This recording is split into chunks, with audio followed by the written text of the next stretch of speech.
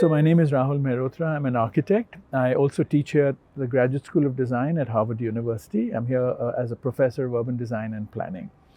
I trained as an architect in India. I came and studied here at the GSD from 85 to 87.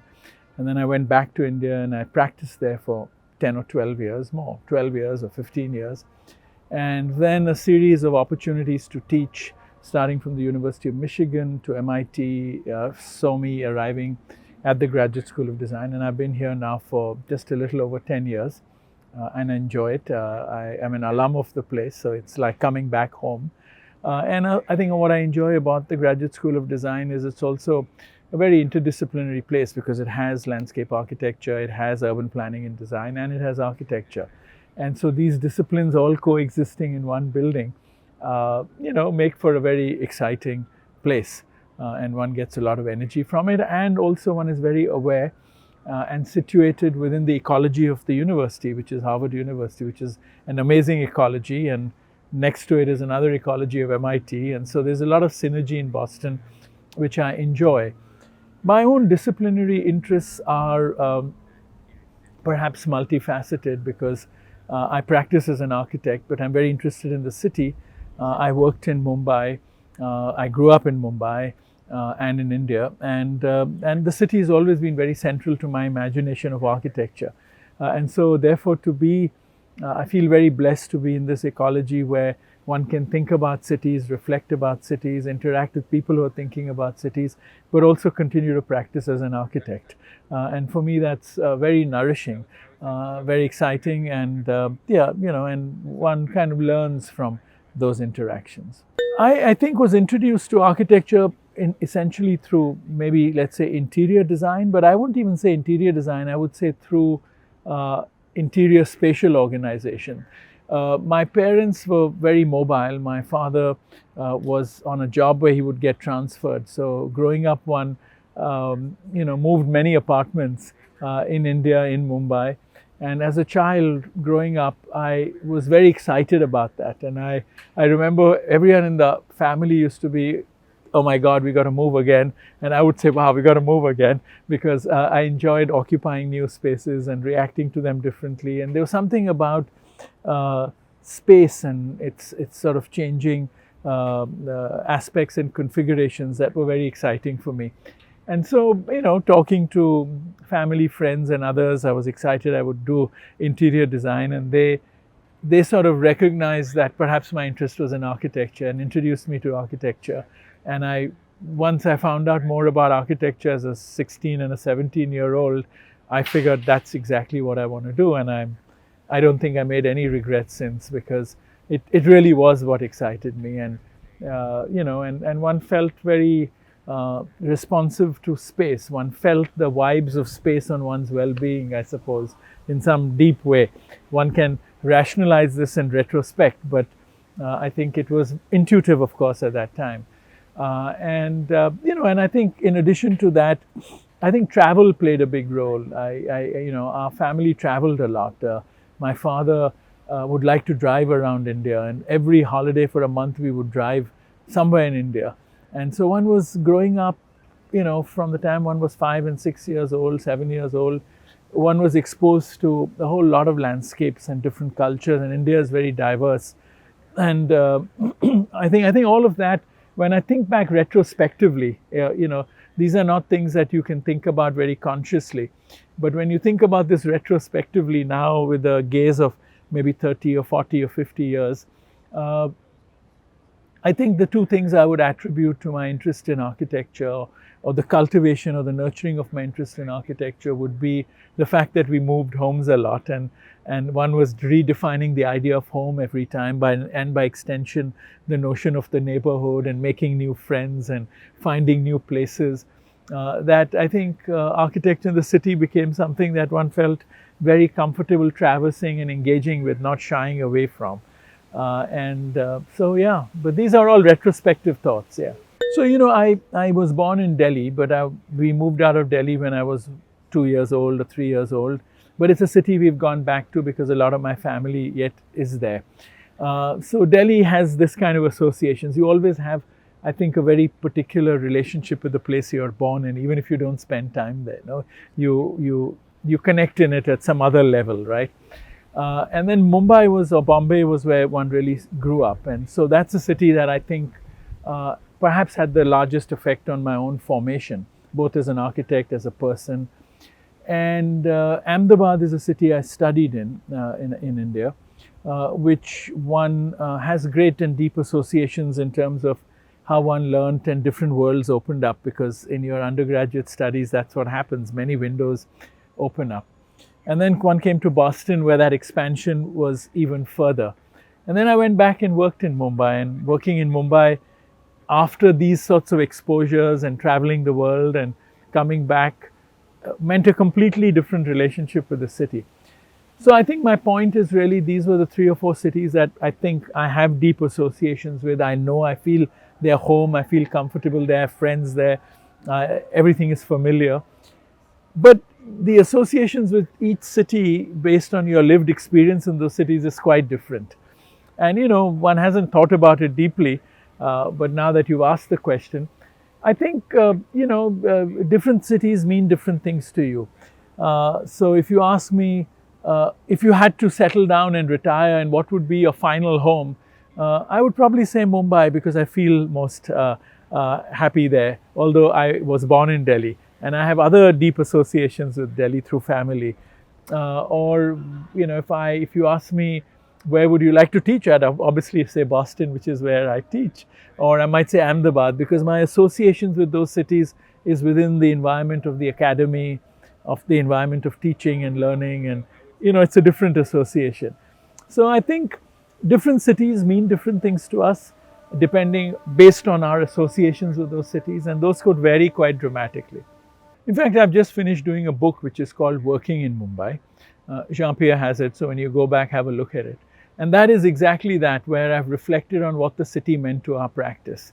But if I have to describe Bombay or Mumbai, as it's now called, to someone who hadn't visited, I would think the few things that characterize Mumbai is it's an incredible diversity, but most, I think importantly, it is the presence of human beings in space.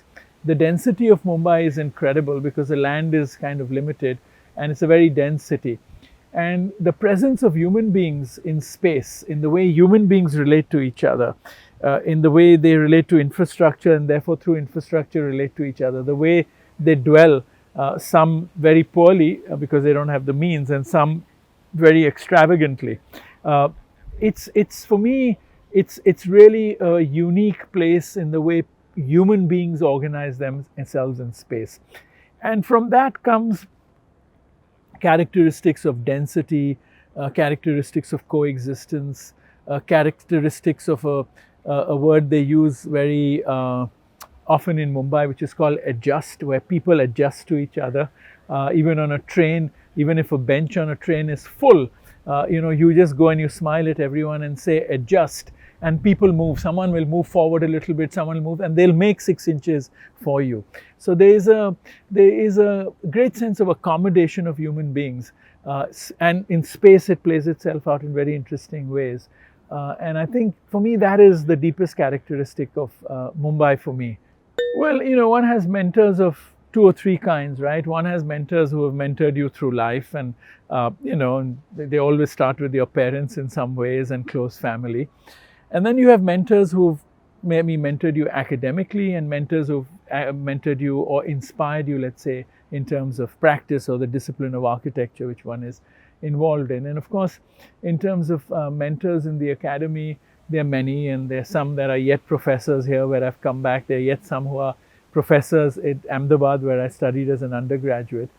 And the ones that I think stand out to me, particularly in Ahmedabad through my undergraduate studies, are a professor who's not alive now called Anant Rajay, and he was a very significant architect in my view and a great teacher.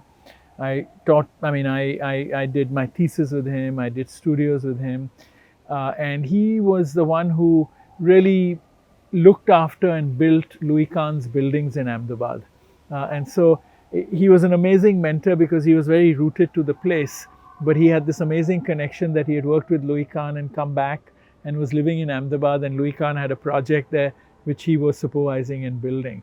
And so it was my conduit not only to a depth of thinking about architecture within India, but also a window to look at what influences from the West meant for India.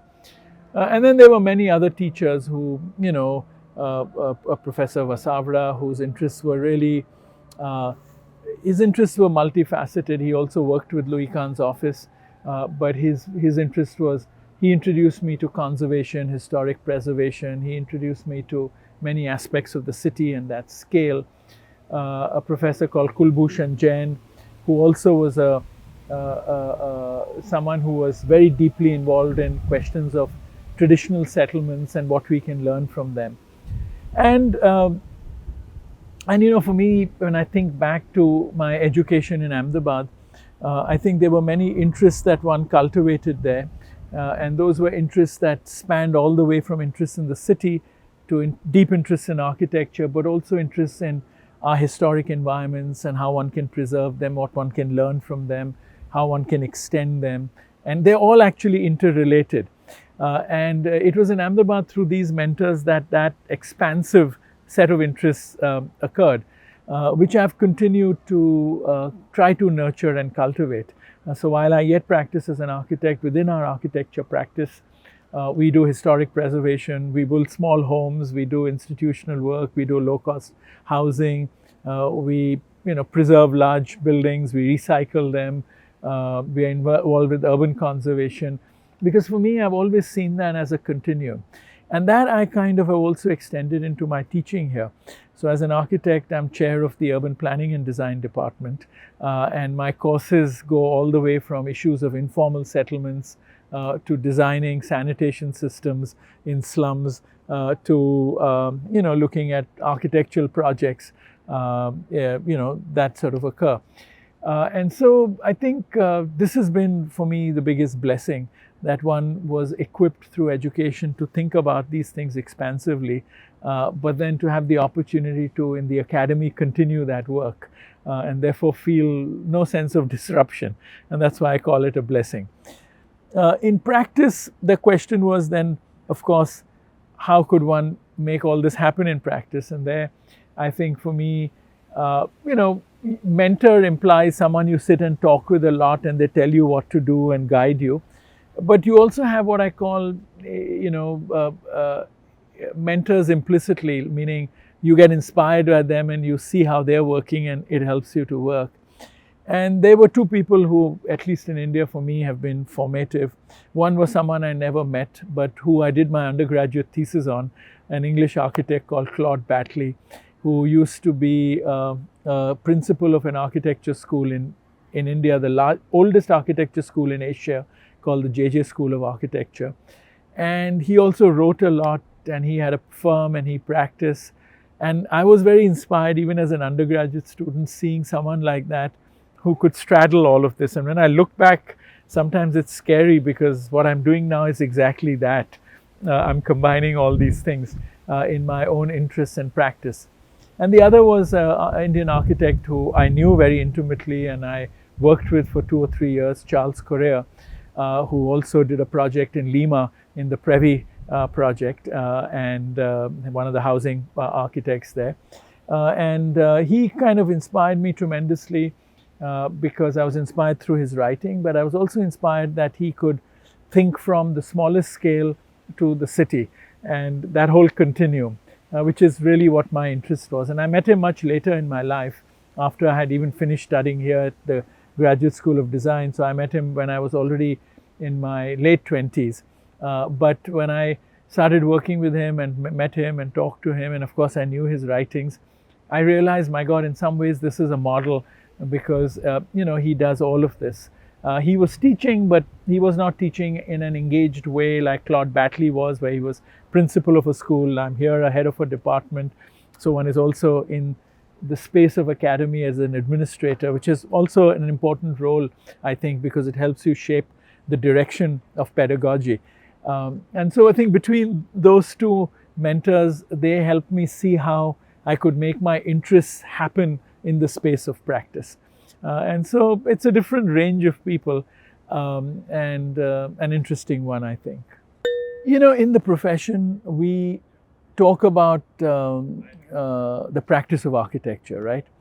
We talk a lot about that and in different formulations, but we never talk about the architecture of practice. Because I think we have to be very mindful how we create that architecture within which we practice. And so what happens is when you only talk about the practice of architecture, business as usual paradigms get extended, right? We read in magazines, someone in North America, someone elsewhere, and you try in some mad way to combine it. But that can't happen so easily because the practice of architecture is very much supported by the context it occurs in. There's a culture that supports architecture, and therefore you have to recognize what that culture is, and you have to, as a young architect starting, you have to think about what is the architecture of practice that you want to engage. What is that armature you're thinking about? What are the different models of engagement? What are the issues that you want to deal with, right? And so in many ways, therefore, what someone like you might do or a practicing architect in Lima might do would be much closer to what would happen in India than what would happen in North America for either of us, right? So we talk about the global South, and we should have a conversation more within the global South because those are much more, let me say, common sets of issues. But let's even look at the global South. Why even use that term? Why not use the very direct term, which is the majority world, where a majority of the world's population live? And you know, there were Dutch architects who, for the Rotterdam Biennale 4 or 5 years or 10 years ago, did a beautiful map which showed the majority world. In a sense, it was a map which showed where the world's where 87% of the world's population live, where there's only 17 or 20% of the economy of the world there. And then they showed on the other side where 25 or 30% of the world's population live where 80% of the economy is, right? So that is the global North and South, right? And so therefore, by saying that majority world, you begin to create the challenge for architecture, because then it is a whole bigger population. And when you have a bigger population, you have greater diversity, right? You have indigenous people, you have colonized people, you have colonial people, you have histories and legacies, and you have large populations, and the diversity is also economic. So you will have a 2% elite who will patronize architecture, and you will have a 98% who can't afford architects. And so therefore, do you create a practice, or is the architecture of your practice one where you create these cross subsidies as an agent in society, or do you just wait and pander to the rich, which I call the architecture of indulgence? And therefore, how do you set up a set of issues, a set of challenges, an architecture of practice which allows you to recognize different models of engagement, because how you engage with an elite client is quite different how you engage with someone on the grassroots who might be marginalized because of their ethnicity, because of their economic status, etc. This is a wonderful challenge. And this is what gives agency to architecture, which we don't recognize. And so therefore, if we limit ourselves by saying the practice of architecture, it's limiting in terms of how but we must ask the question, what is the architecture of practice? And that is a beautiful discussion to have. What has happened a lot in the West, in America, both in the academy, so pedagogically, but also in the culture of the profession, is that architecture has become an autonomous object. It's forgotten its responsibility to the city. It's forgotten its responsibility to people. It has become an end in itself. Vittorio Lumpagnani calls it meaningless gestures, right? And what that means is that architecture is becoming an end in itself. I call architecture that happens in that form, I call it the architecture of impatient capital, because capital is impatient and it needs to draw attention to get its value high, but it forgets everyone else because it's only in self-interest of recognizing and increasing its own value. And so Dubai and Shanghai for me are the landscapes of impatient capital, because these are places that, because of autocracies and because they're not democracies, they make the terrain available for capital to land and to become without any friction to realize its value. And so it's impatience, right? It's the impatience of capital. It has no other interest. It doesn't have interest in society. It doesn't have interest in any essential service that architecture must do. And so it's for a very marginal group of people. And so, therefore, I think that perpetuates a culture, right? It perpetuates a culture of what the star architects do. It perpetuates a culture of what media covers. It perpetuates the culture of what awards are given, right? And the prizes and all of that kind of stuff. And so then people start focusing obsessively on patronage for that kind of architecture, and they don't see the landscape around them, which is often falling apart. And so, therefore, when you come from Lima, I come from Mumbai, our lenses are equipped to see that as the privilege, because the other stuff we never have an opportunity to do, because that capital doesn't exist in most of the places that we occupy. And so, and this is where I think pedagogy has a big role to play, because what we are doing is equipping students to see the world in a particular way. And the first step in seeing the world, or the first step in acting, so to speak, is to recognize and to see the problems that we want to act on. And then ask the question, what is the mode by which we can act? And that's why the architecture of practice is important, not just getting obsessed with the practice of architecture. I believe that, and maybe that's because that's my path, but I do believe that I think bringing experience from the ground to the academy is very critical. I think people who, just finish, they graduate and they start teaching and they don't practice, and they don't confront the world's problems, I think are limited in some ways of seeing these problems. And so I think, I think the way at least the way I think about bringing this to the academy is the question that I ask, which I find troubling, is that in the profession today, our spheres of concern, things that we are concerned about, are growing very big. We are concerned about climate change. We are concerned about inequity in society. We are concerned about social justice. We are concerned about the lack of housing for the poor. We are concerned about 100 things. And we can sit over a glass of beer and we can expand that and expand that. It becomes as big as the universe, right? But our sphere of influence is becoming smaller every day. So what happens is there's a disjuncture and there's a cynicism, because in the academy I can articulate and define concerns in very ambitious terms, but then my sphere of influence diminishes. And so how do I give agency or equip students to make their sphere of influence be equal to their sphere of concern? No, that is the big challenge. And so therefore I think that comes from defining problems that begin to look, that define problems that make students see through those lenses. It means discussing different models of engagement. It means exposing students of different ways of doing things that we might learn from around the world, because different problems need different modes of engagement. Different problems need different forms of empathy. Different problems need different skill sets that you need to apply. Different problems need different modes of even representing, capturing and communicating those problems. And different problems need different ways that you relate and talk to people and carry them and define your client and have an imagination of who your client is and whose interests you're serving. So, I think if we don't train architects like that, and we train architects in very narrow, imaginary kind of ways of what practice means, and get obsessed with the practice of architecture and equip them with all the professional things they need because the Institute of Architects demands certain rules and things, then it's a very narrow sliver that you're looking at, right?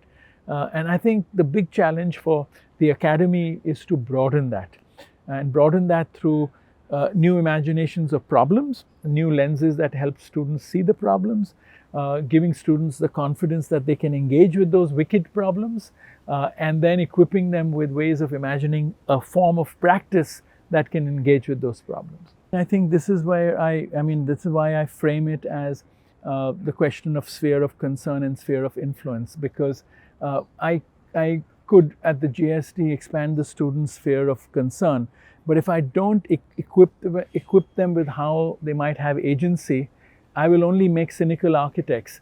So in many schools, what happens essentially is you engage very idealistically with the world's problems, and then when you go through your commencement certificate, it's like you leave your ideology behind and you go out into the world to be a pragmatic person, and so that happens because you go into the world with a lot of concerns but not having a sphere of influence. And so therefore, what are the tools that would make us influential? Is it tools of being able to communicate things? Should we be equipping students to write? Should we be equipping students to expose them to modes of advocacy? Should we equip students to even understand what the client means? And when a project is given, who is really your client? Is the client the city, or is the client the man who's paying for it, or the woman who's paying for it, right? And so I think we have to rethink how we have to rethink with what we equip students when they go out in the world. I think what has happened in architecture is it's become very site specific, and it's become an end in itself, right? Architects worry about the site, what the client is giving them, what will make good images that can be published, right? And the client is the client who pays, right? The client is not the street on which they sit. The client is not the neighborhood in which they exist. It's not the city they're responsible to, right? Planning, on the other side, has become it's become abstract in some ways. It's become two-dimensional. It's become policy. It's not so concerned any longer with the form of the city, the physical form, the spatial form, which is very important, right? And so urban design has that ambition to bridge the gaps, to create feedback loops, to be about advocacy. But I mean, I think how we train urban designers to think, I think everyone should think like that. I mean, architects should be urban designers, should be planners, and planners should be urban designers and worry about architecture. I think the integrity of disciplines, whether it's landscape or urban planning or architecture, are very critical, because I think with the disciplinary limits also comes questions of ethics, comes questions of rigor, comes questions of modalities to train students. But unfortunately, what comes with that limitation is the inability to speak to others, right? And so I think the silos come from self-interest, because if I'm a specialist in conservation, this is my territory, that people will come to me for conservation projects, right? But I think one has to be much broader in the interest of society more broadly, because if we don't do that, I think we'll reinforce the silos, and the more silos we reinforce, we will expand our spheres of concern, but we'll narrow our spheres of influence. You know, looking at the past, one was always inspired by the pacificity of architecture, or how much architecture did. It really, you know, whether it was cooling a house, or whether it was heating something, or the courtyard which created social space. I was very inspired by traditional architecture, and I found it very hard to carry into the present world, because the values were different. We had the arrogance of modernism, allowed a chemical, mechanical fix to any problem, etc. You know, and so it was very hard to carry those, and I struggled a lot with that in the early part of my practice. You know, and then at some moment there's been a changing point, because of the planetary crisis and climate change. There's much more value put to that, so that's becoming actually easier to talk about now. And then looking into the future will be, I think, the hardest thing is going to be, I think, how we as a profession deal with the notion of uncertainty, because permanence and stability and certainty is a default condition in architecture. When we make a building, we make for someone a space of security, of predictability, of containment, right? And suddenly, I think there is a cloud of uncertainty that has taken over our planet. So it's the uncertainty highlighted by the pandemic, which creates a sense of uncertainty even in our belief in science. Science has always been intuitive and uncertain, but now we are being even more uncertain, and everyone is feeling confident to challenge it. And so there's uncertainty that comes from it. You see it in the politics of the United States, you see it in the politics of Peru, you see it in the politics of India. And so if the default condition for architecture is the notion of permanence, stability, predictability, you know, we get a problem, we put pen to paper, we design a building, we feel confident about it, we invest a lot of energy and we build it. But the big question now in the future is going to be, are we going to be making permanent solutions for temporary problems?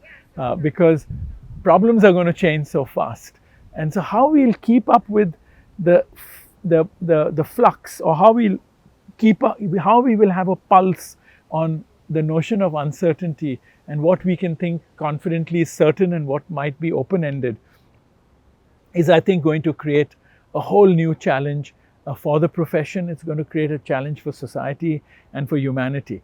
And I think we have to very consciously think of our place within this continuum.